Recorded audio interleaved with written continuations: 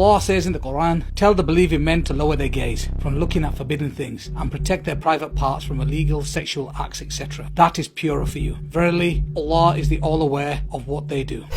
Pornography, a threat to society. The staggering size of the pornography industry, its influence upon the media and the acceleration of technology, paired with the accessibility, anonymity and affordability of porn, all contribute to its increasing impact. A wave of porn plague sweeps throughout the world, affecting people from all walks of life, creating havoc to almost everyone who sees it, with over 75 million porn addicts worldwide and growing fast. It has also reached the Muslim world. Porn addiction has destroyed families and societies. Not only is porn addiction a health issue, new research shows that porn has a devastating effect on the brain. Shocking statistics show how a whole new society of problems has caused this growing world epidemic that has been blamed for high rates of divorce, child molestation, increase of rape cases and abuse against women and children. Big business. In 2006, the sex-related entertainment business estimated revenues were just under $13 billion in the US, according to the president of the Adult Video News Media Network. At that time, US porn revenue exceeded the combined revenues of ABC, CBS and NBC. In 2007, global porn revenues were estimated at $20 billion, with $10 billion in the US alone. From 2001 to 2007, internet porn went from a $1 billion a year industry to a $3 billion a year industry in the US. It is estimated both global and US porn revenues have been reduced by 50% between 2007 and 2011 due to the amount of free pornography available online.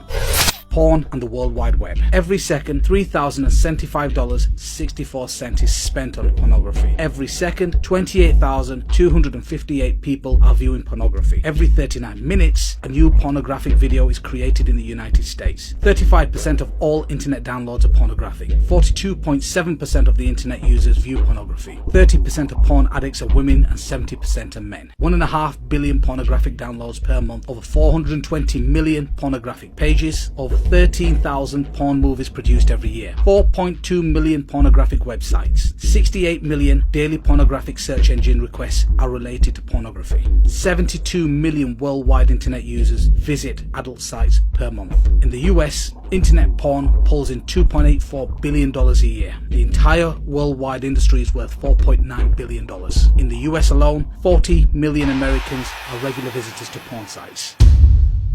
Social scientists, clinical psychologists and biologists have begun to clarify some of the social and psychological effects, and neurologists are beginning to delineate the biological mechanisms through which pornography produces its powerful negative effects.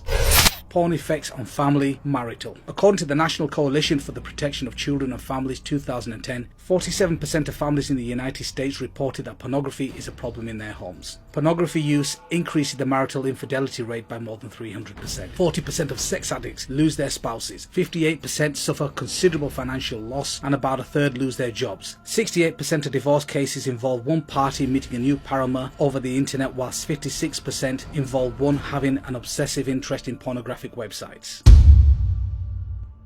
Porn addiction and the child sexual abuses. There is a correlation between online porn and paedophilia. There is an estimated 1 million pornographic videos and or images of children online right now. In addition, child predators often use internet porn to lure in young people. The National Centre for Missing and Exploited Children states that almost half of all child predators have child porn on their computers. Search engines get 116,000 queries every day related to child pornography. In 2012, 54% of child sexual abuse websites were hosted in North America. It has also been estimated that there are between 50,000 and 100,000 paedophiles involved in child pornography rings, and 1/3 of them operate within the United States.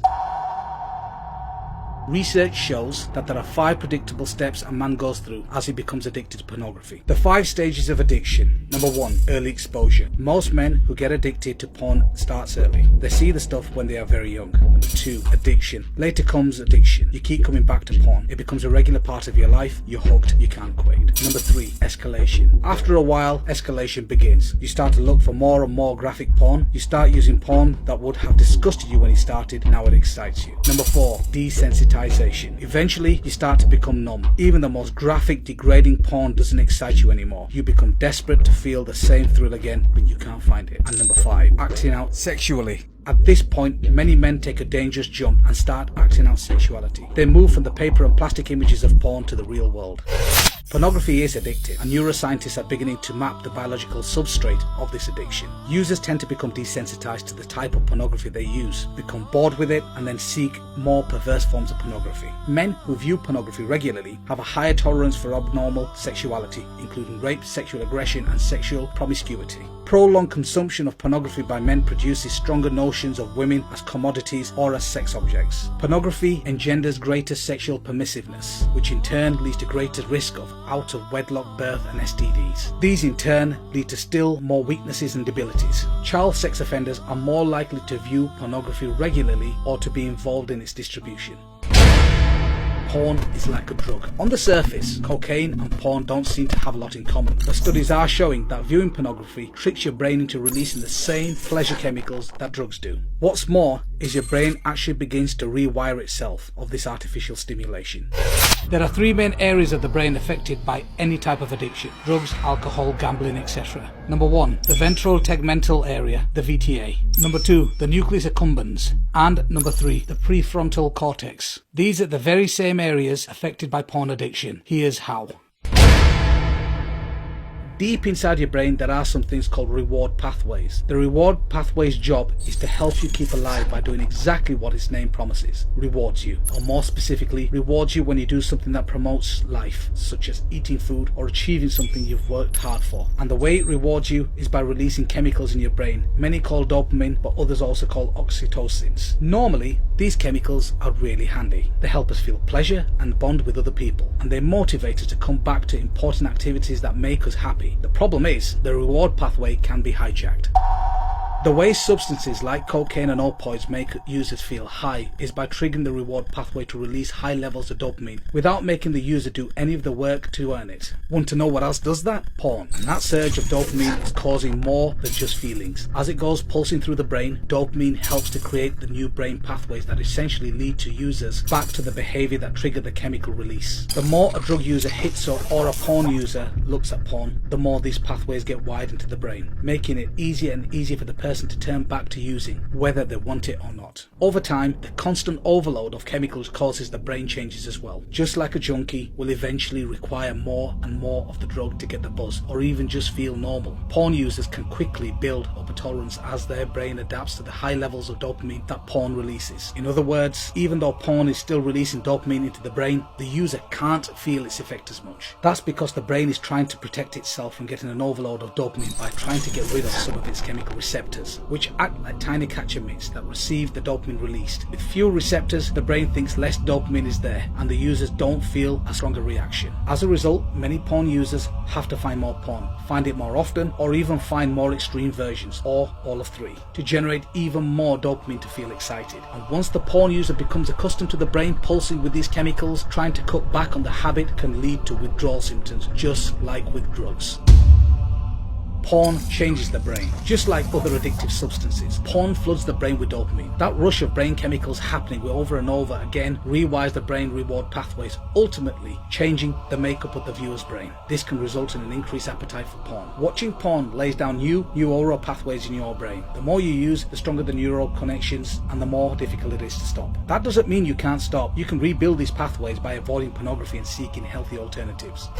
Porn is addictive. It wasn't very long ago that doctors and researchers believed that in order for someone to be addictive, it had to involve an outside substance that you can physically put into your body, like cigarettes, alcohol, or drugs. Porn can be addictive because the level of neurochemicals released into the reward pathways. A tolerance could be built to porn, and you could be needing more and more of it in more extreme forms.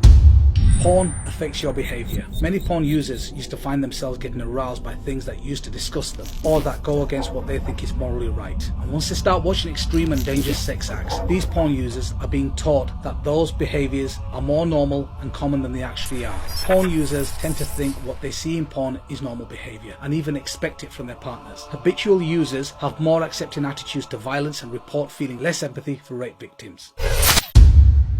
Compulsive porn users crave porn but did not have higher sexual desires than controls. This finding aligns perfectly with the current model of addiction and refutes the theory that higher sexual desire causes compulsive porn use. Drug addicts are thought to be driven to seek their drug because they want rather than enjoy it. This abnormal process is known as incentive motivation. This is a hallmark of addiction disorders. This is just a dip in the ocean from the devastating effects of porn.